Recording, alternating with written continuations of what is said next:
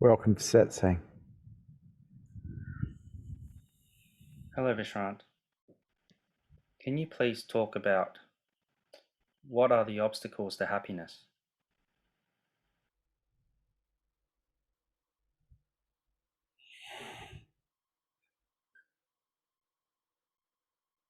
The problem lies in our programming, really.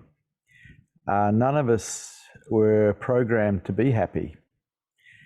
I can't recall being programmed to be happy at school, and I cannot recall my parents programming me to be happy either. As a matter of fact, from memory, I was programmed to be an efficient little machine, 12 years at school. And so we're not actually programmed to be happy, but what we are programmed to do is to solve problems. We spend all this time at school learning how to solve problems, learning how to repeat answers so we can get a mark, so we can get a diploma or a degree. But that doesn't make us happy. What it does is it sets us up for a life of solving problems. And living in your head, solving problems, is not happiness. Then we go a little bit further and we look at, well, we desire things, and we constantly desire things. We want things to be different than how they are. And in this very desiring, we are discontent. And you can't call discontentment happiness. Also, we achieve things, we get things, we own things, and then we get fearful of losing those things. And so our attachment to the things that we have, whether it's our relationships or whether it's material objects, creates suffering for us also, because we resist losing them. We go into resistance, and resistance equals suffering. And so we were never, ever programmed to be happy. We were programmed actually to be unhappy, to constantly dissolve what we haven't got. We look at ambition, and in the West, ambition is seen as a wonderful thing. I know for a fact that someone who's ambitious is more dissatisfied with life than anyone else. I don't see that as a merited thing. I don't see that as a good thing. I see that as detrimental. I mean, don't we go for quality of life? Don't we go for happiness? Yet in our society, we're not programmed for it. We're actually programmed to be discontent. Through our desires, through our attachments, through our constant problem solving, our living in our heads. And so where in society do they teach you how to be happy? Well, the answer to that, of course, is Satsang. It's one of the reasons I was so interested in higher consciousness, because it is about happiness. If we serve heart, we can be manageably happy. If we find ourselves as beingness, then there's profound contentment for no reason, which is my definition of happiness. But most people pretend to be happy. You ask them, how are you? They'll say, I'm good. Really? Are you? While you're continually desiring things to be different than how they are, or to get things you haven't got, while you're terrified of losing what you have, you're telling me you're happy? I don't think so. I think you need to get honest with yourself and have a look. But everyone's pretending to be happy, because when you say you're happy, people accept you. It's one of the ways we get acceptance.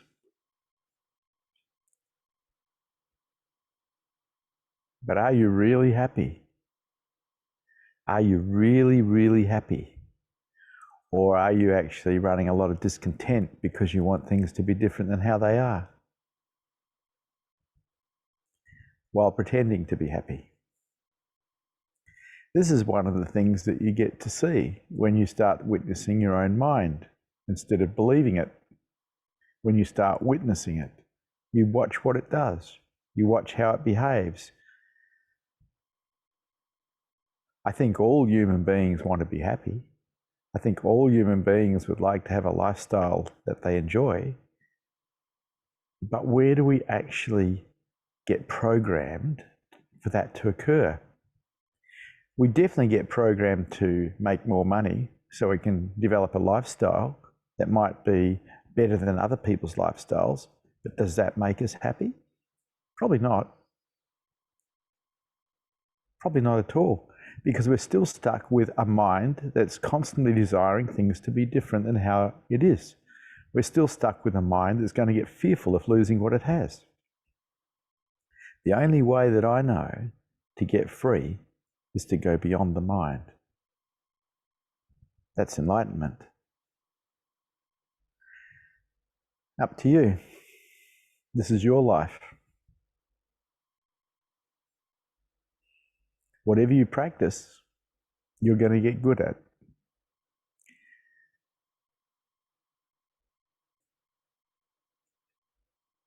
Are there any questions? Any statements? Any challenges to this teaching today?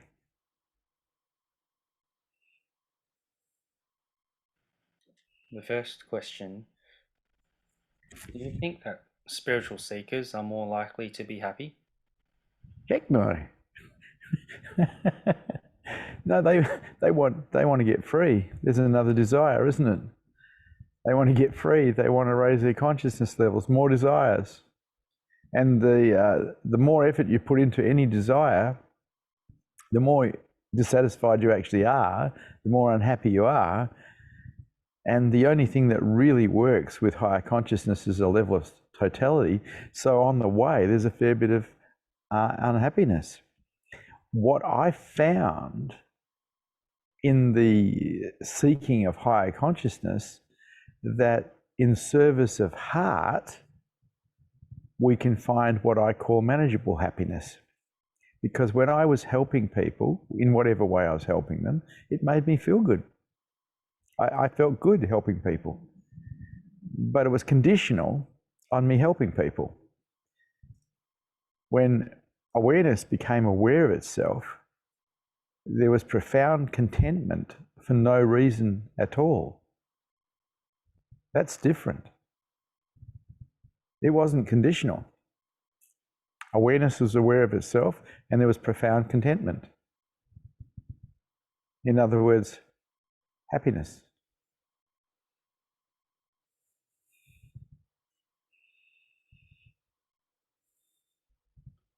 Next, Stephen would like to ask a question. Hello, Stephen. Vishrant, good morning. Thank you Yes. for that. I'm not sure how to phrase this as a question, so I'll make a statement and perhaps you can help me to unravel it. Yes, a lot of what you've said resonates with me because I tend to want to be honest with people when they ask me how I am. And when I tell them, I'm not sure, today I'm feeling rather discontent, they're not sure how to respond to that. It makes it a bit difficult to have normal social engagement sometimes. I guess I just wanted to say that, yes, it's my experience too. Discontent and resistance seem to have been a common theme. And the resistance in particular from my recent learnings is something I'm finding very difficult to take care of. And perhaps you could tell us a little bit more about overcoming resistance and discontent, if you're able, please. Well, I have a problem sharing my condition with people too, because people ask me how I am, and I have two answers. One is I'm always the same, because I am, and the other is I'm lovely, because that's how I feel. And people have trouble handling that. But what I learned, and I learned this a long time ago, is that acceptance takes away most of our suffering. Because acceptance is non-resistance. When we are in resistance, we're usually in non-acceptance of what is in some way. And so it's not something we were ever taught to practice, but acceptance can give us quite a nice life if we accept things as they are rather than our preferences. Mm. And so I started practicing acceptance 40 years ago because it works. As a matter of fact, if you accept something, there's no story anymore. It's over. Mm. And that's the indication that the acceptance has been total. But I wasn't taught that at school either, or by my parents. That was something I picked up from Eastern teachers, Osho Rajneesh and a few others. This is what they teach, because acceptance leads us to be able to surrender unconditionally. And so the more resistance we put into anything, in other words, the more non-acceptance we put into anything, the more we suffer. But we're doing it to ourselves. It's not like someone else is doing it to us, Stephen. We do it to ourselves. Mm. And that's a big realization in itself, that it's not the world that hurts us, it's us that hurts us with the way we think about the world, with our reactions to the world. Mm. That realization isn't enough to change us. We have to change our patterning, because we've all been patterned to resist. We're a warrior breed. We resist, suffer, and then share our suffering with the people we love. But we can program ourselves to start accepting life instead of resisting life through repetition, not through understanding, because understanding doesn't work, through repetition, practicing acceptance instead of practicing resistance.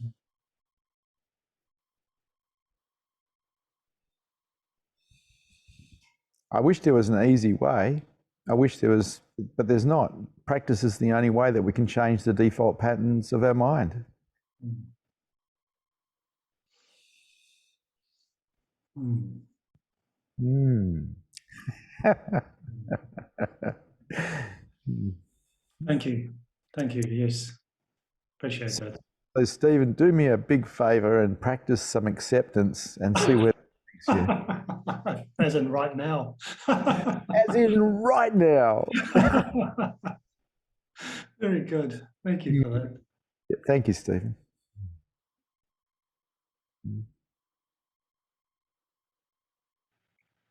The next question is from Susha. Hi, Vishrant. Hello, Susha. So, Vishrant, you said that those of us who have glimpses of the truth feel more dissatisfied. And I do, and I agree to that. And especially when the ego-based reality hits, it's like going from heaven to hell, or going from the sky to the underworld, or something like that. Yes, that'll do.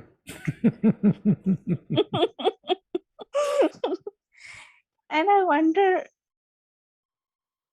is manageable happiness is what one should look for in that time? What is the path? How, when you had satori's and you were not awakened, and you went for manageable happiness, it wasn't really happiness, right? You're still yearning for something else.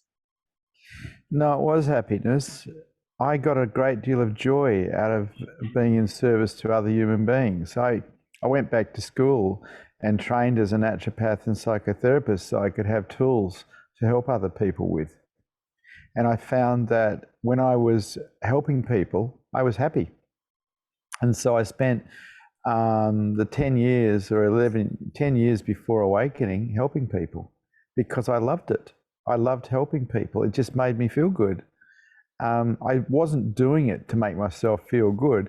That was just a byproduct of being in service to humans and plants and animals and whatever else I could find.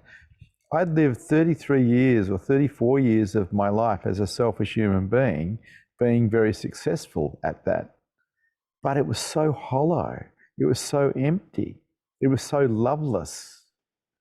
And when I started moving and opening my heart, moving towards service, it all changed. It was like, from my perspective, I didn't start living until I was 34, because that's when my heart started opening, and that's when I started being in service of other human beings.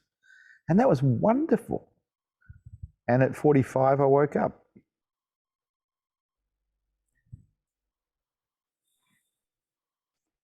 So what does a seeker do with this dissatisfaction that you talked about? From my perspective, the totality that's required to change patterns in itself causes dissatisfaction, but it's worthwhile. If we don't change the patterns of our mind, they just run rampant, they just run the same. And so from being a selfish human being, just serving myself, I changed to a human being that served others. And I loved it. I loved helping people. It made my whole life richer and better and more happy. But of course, there was still the dissatisfaction somewhere that I wasn't awake, because I'd had satori's and I knew what awake was. And of course, there was the other patterns that come in, the other desires that come in. But because I was conscious enough, I could see them, and I wasn't giving them much credence. I was just talking to Stephen about acceptance. Well, I practiced acceptance. I accepted life as it was. I accepted what I had. I accepted what I got. When things went bad, I accepted that. When they went good, I accepted that with the same amount of passion. Acceptance is the key. It teaches us unconditional surrender, which prepares us for enlightenment. So you're saying you're dissatisfied with whatever it is accepted. I'm saying that, yes.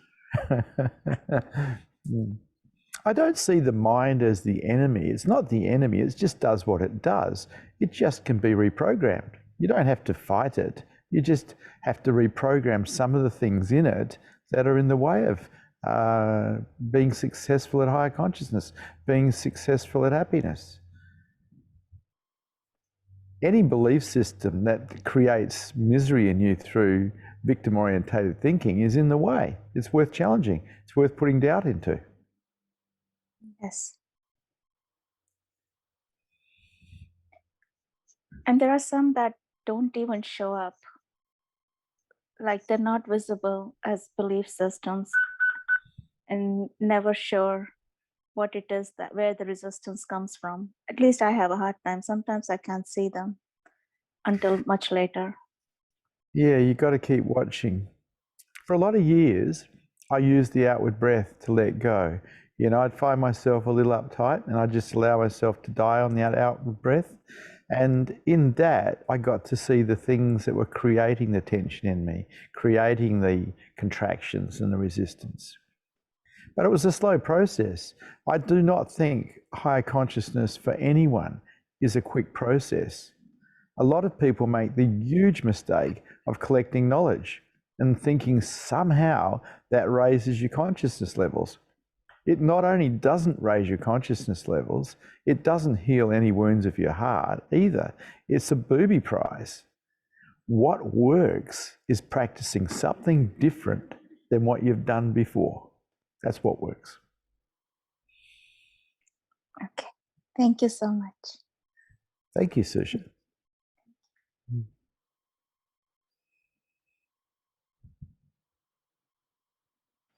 The next question has been written by a viewer. Acceptance leads to surrender. Where to draw the line of acceptability so that you don't end up being a doormat?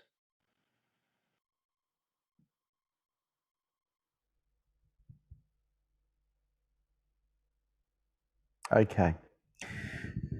And so you're being obnoxious. I accept you're being obnoxious. Totally. And I walk away. How's that?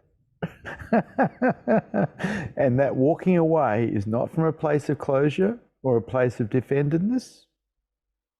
It's just what I do. And I do it from a place of accepting you as you are and accepting me as I am. People think that if we move to acceptance, we become impotent. I don't agree. We can do everything from acceptance. Acceptance equals openness, and openness is so cool.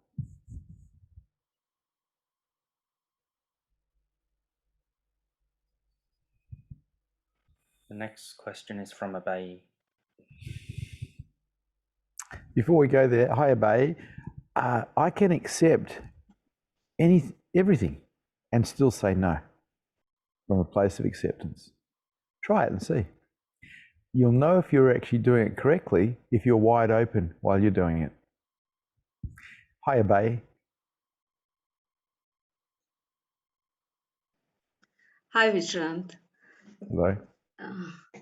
Vishrant, in your satsang, I feel happy. There is happiness, there is self-acceptance, and even acceptance towards people or my situation in life. But it starts fading after the satsang. So how can I be with you even after satsang? Traditionally, satsang is held in the morning and in the evening, 7 days a week, so 14 times a week. So people who are seekers can come and rest in the energy field, use the clarity of satsang to see through their minds and remove obstacles, and also ultimately use the Buddha field or the energy field of satsang to wake up in. And so from my perspective, it is the free way or the fastest way to be in satsang.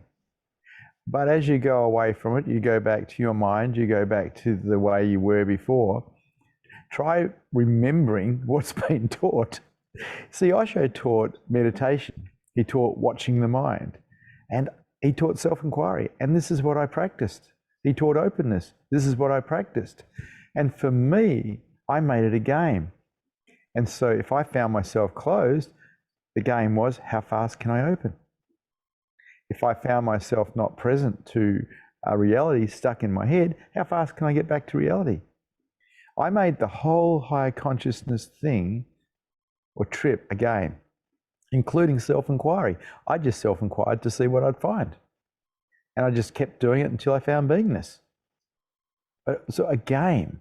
So meditation was a game. Self-inquiry was a game. Openness was a game. I called that game the game of zero. Zero being when I'm absolutely at peace, and anything above that, not at peace. And so if I found myself above, how fast could I get back to peace? How fast could I go down back to zero again? And I called this the game of zero. And I played it for 10 years. I loved it because people come along, they do things, they upset you because you have belief systems they shouldn't do things. How fast can you get back to zero after you've been upset? And can you undo the belief systems that supported the contraction and resistance in the first place? It's just a game. Doesn't have to be hard work. Yes, that makes a lot of sense. Because I generally get caught up there and I take a long time to come back to the reality. But I think, like you said, if I make it a game, the approach is very different and even that acceptance can come in. Yeah, but and you'll fail. We all fail. That's how we learn. We don't really learn so much from our successes as we do from our failures. It's how we learn to walk, by falling over and getting up again. And it's okay to fail. Just never give up. Treat it as a game that you like playing. Yes. I played the game of openness for a long time. It's a beautiful game because it ends up you being wide open. Yes, I will do that. Thank you very much, Vishrant. Thank you, Abby.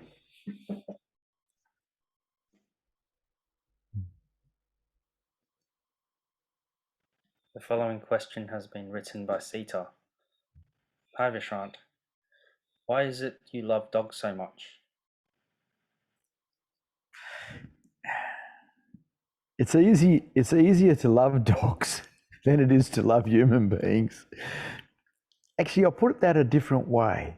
It's easier to like dogs than it is to like human beings. I can't help but love human beings. I love everyone I meet, the good, the bad, and the ugly. But it's easier to like dogs because dogs are so friendly. They're so forgiving. They just want to be your friend. They're wonderful. They're open. They say hello. Human beings are not so friendly. So I love dogs. And dogs love you back. They can be your best friend.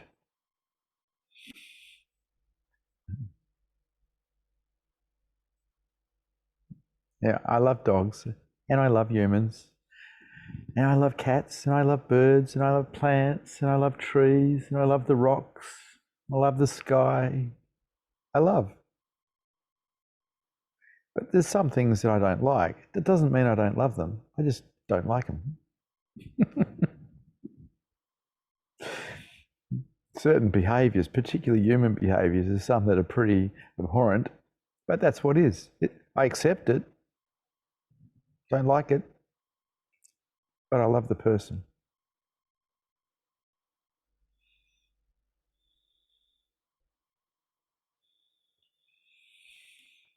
Next, Sarah has a question. Hello, Sarah. Good morning, Vish. I'm experiencing a lot of fear around being fully seen and being vulnerable, and with that, somewhat of an intensification of self-sabotage. Yeah, in what way? How are you self-sabotaging, Sarah?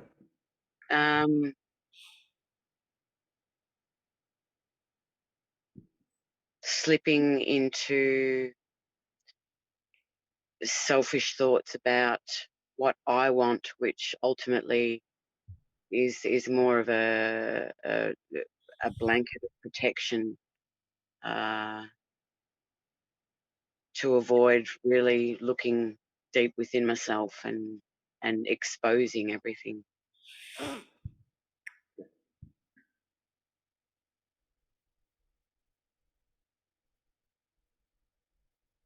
Yeah, I guess, look, I'd been at the game for a long time. I started when I was 19, this exposing yourself.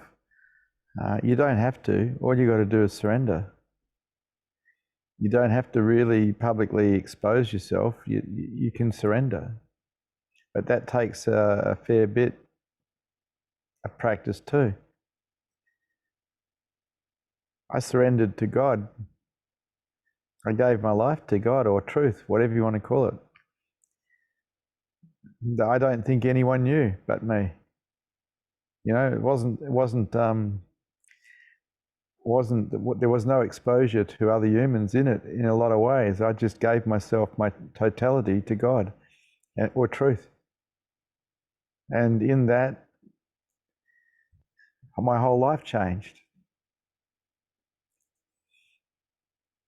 I'd seen enough of what it was like to live selfishly, and the rewards of that, which aren't that pleasant. I actually didn't think it was worth living any other way except in service. But that was probably because I'd been around the block a lot of times. I'd been beaten up by existence a lot of times. I'd had a lot of tragedy in my life, and I could see that life was suffering, that life was we lose everything. You know, we lose everything. It's just how it is. And for me, I didn't want to be selfish anymore. I wanted to find my heart. And in finding my heart, I wanted to be in service to everything besides me. Whether it was the earth or the trees or the plants or the animals, the birds, the fish, human beings, it didn't make much difference. It's just that it was a way of life. The way of the heart is a way of life. It's the way of taking care. And if we really, really look at what it means to be a man or a woman that's mature, we're caretakers here. We are here to take care. And this is a mature role. Unfortunately, we haven't all been taught that. I definitely wasn't taught that. I had to come to that through meditation. I grew up in a situation where it was a very competitive school I went to. I was taught to be ambitious, and I was ambitious, and I was successful. I managed to beat a lot of people. How ugly is that? That's what I was taught. It took me a long time to realize how ugly that was. That selfishness is not pretty. That it's not the way of the heart. It's the opposite. And so this fear of exposure, nobody cares anyway. Everyone's thinking about themselves. Yeah. You know? I like to think, and I have for a long, long time, that I'm God's fool. And it's okay. Whatever people think of me, or that's their problem, not mine. Life is a play. And we can play and play and play. The moment you move into the moment you move into the present moment, you start playing, because you've moved out of the dream and into reality. And it's only in the dream that you're worried about what other people think of you anyway. In reality, we just play. Osho talked about Zorba the Buddha. Well, being in the moment, being in the present moment with reality, that's Zorba. And awareness knowing itself, that's the Buddha. And they're both worthy. They're both worthy to go for us as human beings, both Zorba and the Buddha. They're good pursuits. Can't afford to serve fear. It'll keep you crippled. You've got to be brave, Sarah. Brave. Yes. It's coming. It's the ego. Every time I feel like that, feel myself rising, it's like the ego senses it and comes in with some kind of vengeance. And recently I haven't been very good at bringing myself back. It's quite strong. Well, your ego and your mind are just a survival mechanism. That's all they are, really. You take away the personal, and they're just a survival mechanism. But because of your intelligence, you can learn acceptance and surrender. You can learn to be free. But really, when you look at the mind, that's all it is. It's just trying to survive. When you decided to give yourself to God, did you feel there was an intensification of ego that really want? No, it was, for me, it was when I decided to give myself to God, it was like a death. It was like the thing that wanted to be someone died. It was a dropping. There was a big dropping. And there was instead of a big somebody here, it was diminished. It was like I found humility, and it was beautiful. Humility is an absence of the I, basically. And it was beautiful. And then I walked through the world, still ego-based, but basically as a no one, going nowhere, because that's what we all are. We have this idea that we're somebodies. We have this idea that there's somewhere to go. There's nowhere to go. We're already here. And as far as being a somebody, well, that's just made up. We really just, nobody's going nowhere. And what other people think of you, well, that's their business. Don't worry about what other people think. They're all crazy anyway. If you've watched your own mind long enough, you realize that everybody's crazy. Everybody that's ego-based is pretending to be something they're not to start with. Seems easy to forget that at times. Sorry, what was that? It seems easy to forget that at times.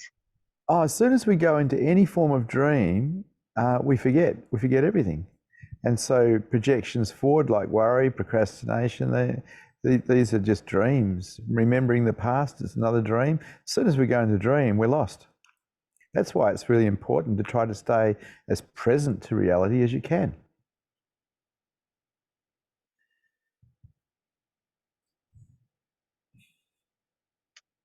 So how present can you stay? For how long, I wonder? Yeah. Hmm. I have one other quick question. Sometimes in stillness, in meditation, I feel an energetic pull with my head. More times than not, it pulls to the right, occasionally to the left. I'm just wondering if you knew what that was. It's quite strong to the point where my chin is almost parallel with my shoulder. So my approach to that would be to accept it and just let it be. I gave up fighting. I gave up resisting. I gave up even understanding. I just accepted whatever was. And in that acceptance, I found profound peace. People don't accept because they think it makes them impotent. But that's not true. I still managed to support 2 families. I still managed to run my naturopathy and my psychotherapy business. I still managed to help people, and I was practicing acceptance. You can do it. It's up to you. It's just so foreign to us to practice acceptance. We practice righteousness and arrogance. That's what we're good at. All human beings are good at that, while pretending not to be.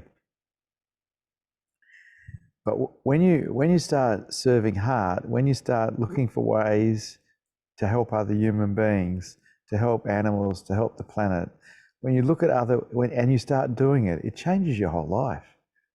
Because now you're caring. And this is a beautiful way to live. So drop the curious nature and...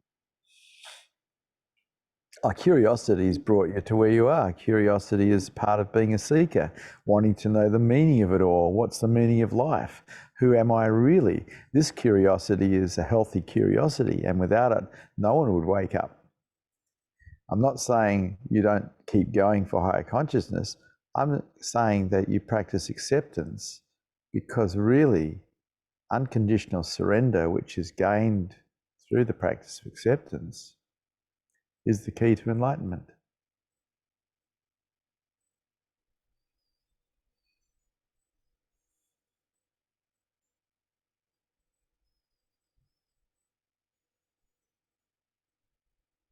Okay, Sarah?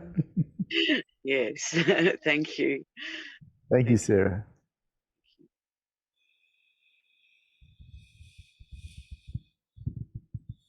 The next question has been written by Depeche. Is practicing acceptance done through the mind, or how does acceptance work correctly? Yeah, acceptance is done through the mind. Absolutely. And so is non-acceptance. Our resistance is done through the mind as well. Without a mind, there would be no resistance. Without a mind, there would be no acceptance. Mind you, acceptance doesn't really have much of a look. It's more of a non-doing, whereas resistance has a look because it's a doing. But it's all mind. You can support acceptance, or you can support resistance. Your choice. If I was you, I wouldn't support resistance, because resistance equals suffering.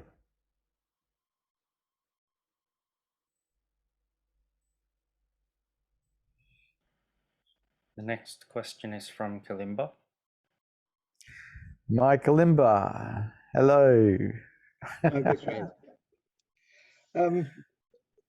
I had trouble getting out of bed this morning, but fortunately, when I was being lazy, the lawn mowing people came and they were doing the lawns all around the place. So I got up, which is I'm pleased about. But a few things you've said today resonate with me, and I wanted to make a couple of statements and ask a question.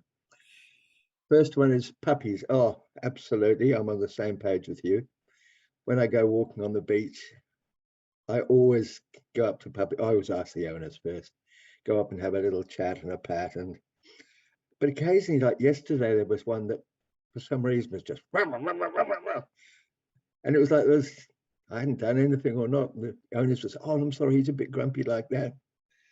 But also babies, you're probably the same. If I walk down the path and there's somebody coming towards me with a pram or a baby in their arms, it's just, oh, I just go so gooey because they're so lovely. Do you share that with babies as well? I guess you would. I don't do it so much with babies because people kind of can take offence to you being too personal with their babies, but I definitely do it with puppies. I say hello to all the dogs that I come across because I love dogs.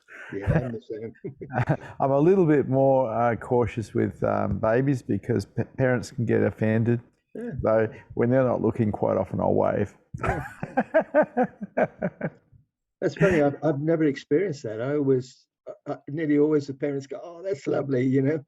And sometimes if a baby's crying, you know, I'll go up and say hello, and the baby will turn around and sort of it'll stop crying, and the owners will go, "Thank you." Well, not the owners, parents. Look, it's just protocols. I'll try that next time. We'll see how we go.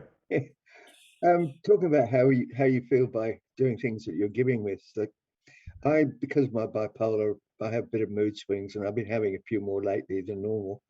But I do Meals on Wheels deliveries a couple of days a week. And no matter how I feel at the beginning of the day, when I finish my Meals on Wheels, I feel so much better because the people are so happy to sort of see you and have a little bit of interaction. And it's just such a lovely thing to do. And I get more out of it than I put into it, if you know what I mean. I do. Yeah, good for you. Good for you, Kalimba. Now, the other two little things, I don't want to take up too much of your time. I play in the local bridge club, and we've got a couple there. We play a silly game with scratchies. We do it in reverse. If we beat them, then we have to buy the scratchies. And the other day I bought one, and sort of I put it up and I looked at it. It was like the first prizes were 3 brand new Mercedes Benz. And I just had this weird panic attack. If I'd won them, I wouldn't be able to drive one. I'd feel so embarrassed going anywhere in a brand new Mercedes. And I thought, oh God, I hope we don't get it, which we didn't, fortunately. But can you comment on that? What's that about? I would not be able to go downtown driving a brand new Mercedes Benz. You're concerned about what other people think of you?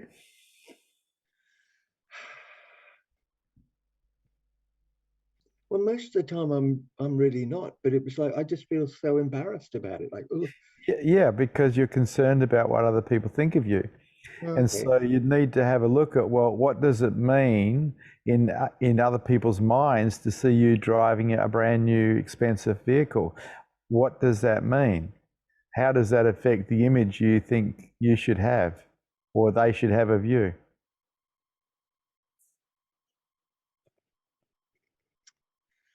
Yeah, I guess to some extent I'm happy with what I have, and I've got a little old Hyundai Getz, which I think is about 2015 model or something like that, and I'm perfectly happy with that. I love the little thing, the little yellow peril we call it. But you know, in witnessing your mind, you might see something else going on there, and that's the thing. It's like witnessing the mind shows you all these different things that you may or may not like. But if you have a problem driving around the street in a brand new Mercedes, I wonder what's really going on back there. And you just out of curiosity, have a look and see. Yeah. By the way, if you win 3 Mercedes-Benz, brand new Mercedes-Benz, latest model, I'll have all 3. You're welcome. One last tiny little statement. I get a laugh when you talk to Abai. Like sometimes you pronounce it Abai, and then sometimes you're cheeky and you call her Abby. I do. You're right. Before awakening, I had a 6th sense of humour, and after awakening, 6th sense of humour. Before awakening, chopping wood and carrying water. After awakening, funny sense of humour. What can I say? I think you and I. The thing is, you know, you wake up, you have no fear of anything. You have no interest in what people think of you. They think bad things about you, good for them. They think good things about you, good for them. Enlightenment is the ultimate freedom from everything. You just don't care because it just doesn't matter anymore. You can have 3 brand new Rolls Royces or 93, as I think Osho had, and drive a different one every day. And it just doesn't matter because nothing matters. True. All right, Vishrant, thank you so much. Yeah, keep doing the scratchies, mate. I'll be waiting for the phone call. Oh Lord, won't you buy me a Mercedes Benz? My friends all drive Porsches. I want to make amends. Nice talking to you, Kalimba. And you, Vish. Thank you. The next question has been written by a viewer. When everything is accepted, and in this process, ultimately no one is left, is that why surrender is called a non-doing? It's called a non-doing because it is a non-doing. Best example of that is someone throws something at you and you don't move. You don't contract, you don't resist, nothing moves. Someone abuses you, you don't move, nothing moves. You may respond, but nothing moves inside. This is surrender. It's a non-doing. We're programmed to constantly react, but we can teach ourselves surrender, which is non-doing. And that is how we develop an equanimous mind, a mind that will support enlightenment through the practice of acceptance, through the practice of let go. And of course, that's what you have to practice. And it's good to practice. It's fun to practice. People look at spiritual practices as arduous. I never did. They were fun. I practiced let go. I practiced acceptance. I practiced meditation. I practiced self-inquiry. I practiced openness. And they were all fun. Because they're all games. So many times people practice the game of suffering. That's not one of the games I'd like to practice. Mm-hmm. The next question is from Sai. Well, I thought you would have asked me, Tosh, how do we practice not suffering? And I would have had to say to you, well, stop resisting, Tosh. Okay, yes. Thank you.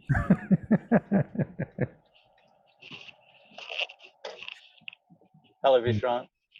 Isn't it odd, Sai, that Tosh doesn't ask me the right questions? I have to ask myself and answer them. Oh, it'd be a lot easier if you just came up with the right question to start with. Good thing you accept everything as it is. Oh, absolutely. I was listening to you speak with Abby a little bit earlier in the webinar, and you were talking about practicing the game of zero. Yeah. And just noticing the contractions and letting them go, noticing the contractions and letting them go. And the thing that occurred to me is sometimes I just find myself, like, I won't be triggered by anything in particular, but I'll notice, I guess, like a closure or maybe just a discomfort inside myself. And there's like that, I guess I sort of feel like I should go like get underneath that or be as a more peaceful place. Yeah, find like more peace below that. But I know you've also talked about avoidance of what is and like avoiding wounding and things like that. And I'm wondering if you see a difference between like practicing the game of zero when there's like obvious things that get triggered and inside you and or did you even practice the game of zero when you notice subtle things even in sort of quiet space in your own time? I practiced zero all the time. It was a great game. You're scraping your microphone on something, Si. Sorry.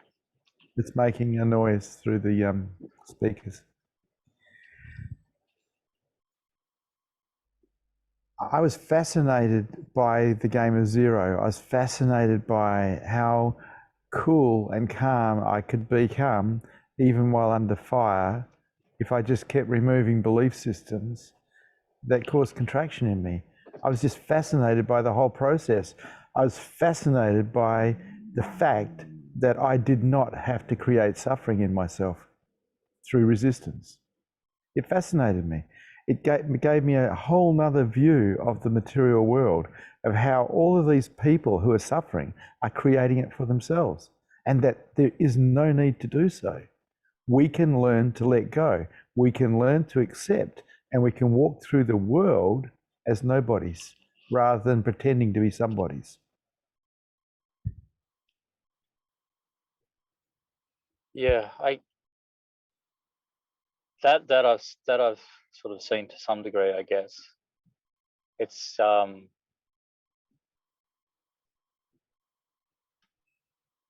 yeah, it's like just not wanting to avoid, like wanting to know.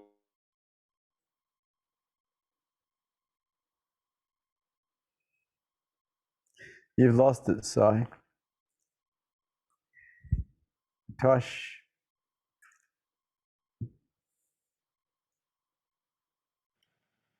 The next question has been written by a viewer. Hello, Vishrant. Osho said that we are hypnotized and believe in this false illusion of I. Is dehypnotizing possible so that this false sense of self drops? No. After the first major Satori's, it was clear to me that the I wasn't real and that it was just a fabrication, but it was still there. It wasn't until awareness locked onto itself in enlightenment that the I dropped. And then there was a sense there was nobody here, nobody talking, nobody doing anything. But up until that, there was an understanding that there was nobody, but there was still a somebody. The I is the identified part of the mind, and it's a part of the survival mechanism. And it does drop, but on enlightenment, you can diminish it through putting yourself aside, through being in service to others. You can diminish it, there's no doubt about that, but it doesn't drop until awakening occurs, in my experience.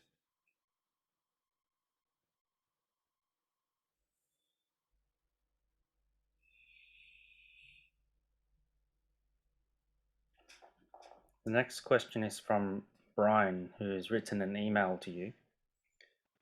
Hi, Vishrant. I'm a college student in the United States, and I would love to come meet you. Currently, I'm conflicted because I'm trying to just focus on raising my consciousness and dropping all my belief systems. My parents really want me to focus on looking for a job in the business world because that's what people in society do. I'm having a hard time expressing that I'm not interested in blindly following what society does and staying in lower consciousness. My parents are extremely supportive and are just concerned that I won't have a job and won't be able to support myself. I acknowledge this, but I know my priority is dropping all these belief systems that have been programmed in my mind over the past 21 years. Can you give me any advice on this topic? Thank you, Brian. Brian, I love the way you think, because unlike you, I continued on after school and became quite successful, retiring at the age of 28 because I was so ambitious. And I wasted at least 33 years of my life in the pursuit of success. You're lucky because you're a lot younger. Go for truth. Go for higher consciousness. Existence will find a way to take care of you. Don't waste a moment. I got to the top of the heap. I got to the top in business. I got to retire with the yachts and the Rolls Royces and the penthouses. I gave it all away. It's not worth anything. Higher consciousness, heart, that's worth something. Nothing else is. If you haven't got heart, you're broke. That's what I realized at the age of 33. I was broke. I had heaps of money and I had heaps of properties, but I was broke because I didn't have any heart. Go for heart. Put heart first, always. Put higher consciousness first, always. Do not hesitate. Do not wait. You may not have a later. We don't know. We project that we're going to have a later. We don't know. We have now. This is real. This is the only time that's real. Go for truth. Go for heart. I'm glad your parents are supporting you. That's awesome. You won't be able to meet me for a while because of COVID. It's how it is.